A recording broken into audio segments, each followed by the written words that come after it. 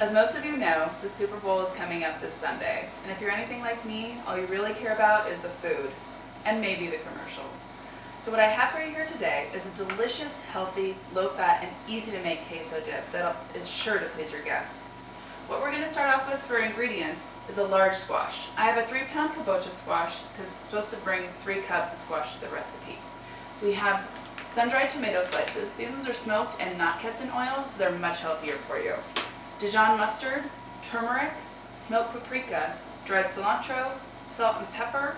We have some cups of water, nutritional yeast, chickpeas. Mine aren't canned. Mine are dried and I cook them, but you're welcome to use canned if you want, just to shorten the recipe time.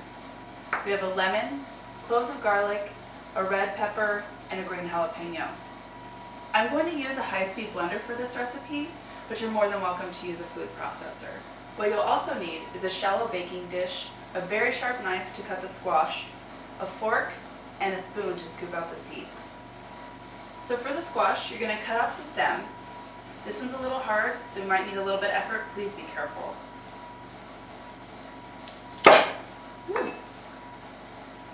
And then to cut it in half, make sure there's a flat spot on the squash. That way you don't hurt yourself when you're cutting it in half. This one tends to have a harder shell, so it's going to be a little bit harder to cut.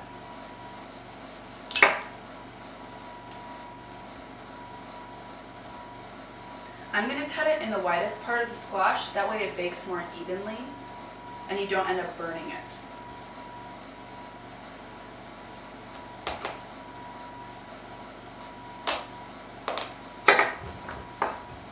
Now to scoop out the seeds. What's great is if you decide to save the seeds, you can roast them just like pumpkin seeds, and they have all the health benefits of pumpkin seeds as well. I love kabocha squash because it has this really great orange hue, so you might not even need the turmeric in the recipe if you have a kabocha squash. You're going to be placing these face down, inside the baking dish.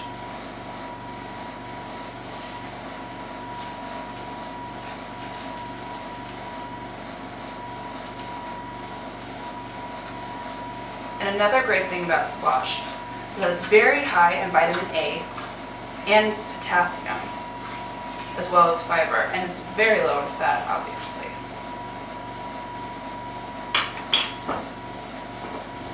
So place them down. I always poke a few holes in the back of the rind, that way the steam can come out through the top, and I'll give it a little bit more of a thorough cook.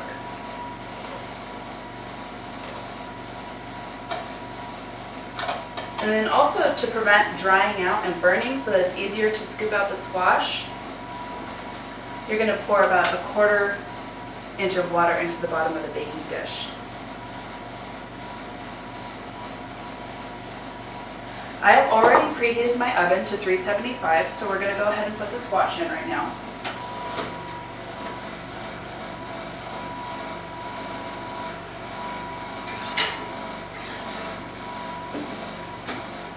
And set the timer, depending on the size of your squash, to 35 to 45 minutes. I'm going to go ahead and start off with 35.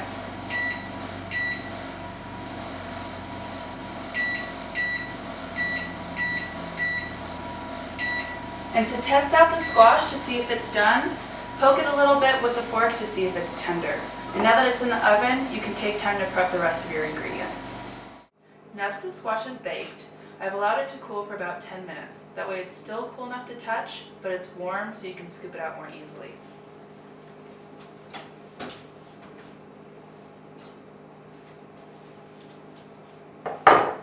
And you see that the skin is a little wrinkled, you know that it's pretty soft, it's good to scoop out.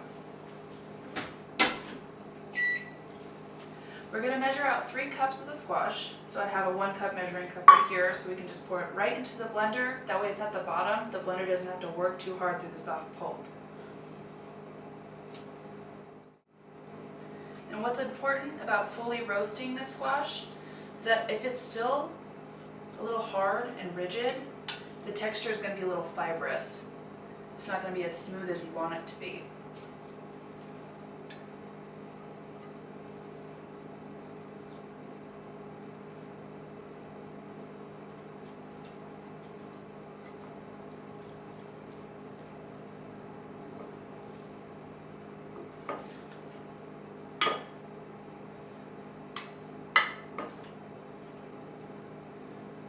And there's our third cup. Just put these over to the side for right now. Next, we have 3/4 of a cup of the cooked chickpeas. We're going to add those in. 3 tablespoons of the sun-dried tomatoes, and then also a 1/2 teaspoon of the Dijon mustard.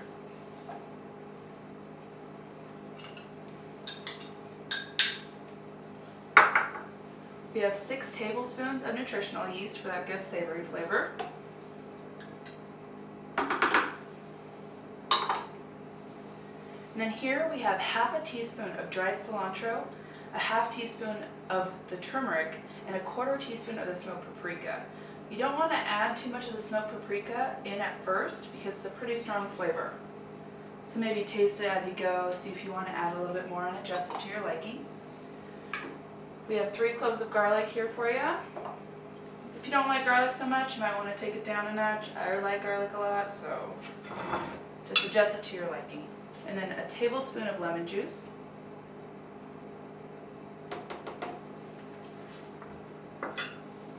And here we have a 1/2 teaspoon of sea salt and a 1/4 teaspoon of black pepper.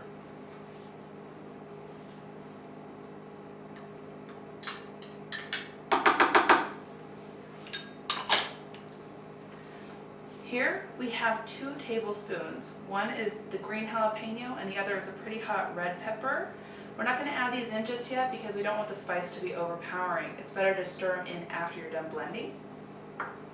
And then to help the blender go, we're going to add, just at first, maybe a 1/2 cup of water, see how it goes.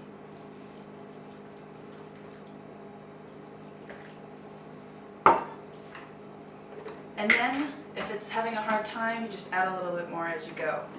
If you don't have a high-speed blender, you may need to add more water to the recipe to make it the right consistency. I'm just going to start off on the low speed first. You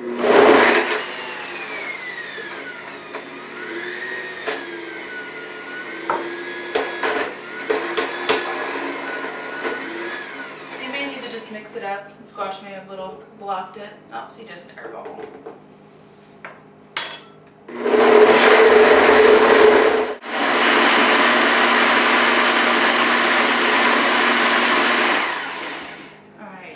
Seems like it's pretty well mixed. Might want to just taste a little bit.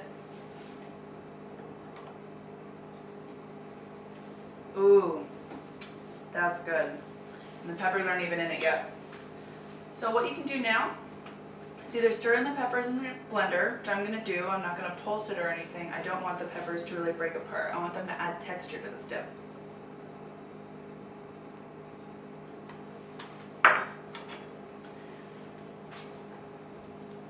Just fold them in real nice.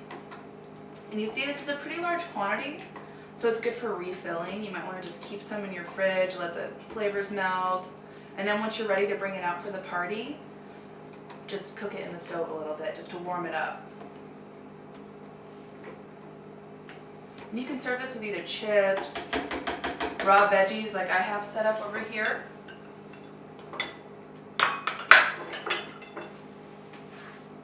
Delicious plate of broccoli, cauliflower, baby carrots, perfect dipping vegetables. And this way, since it's still in the blender, it's easy to pour right in there. You see the color? Oh, that's great. Nice vibrant orange.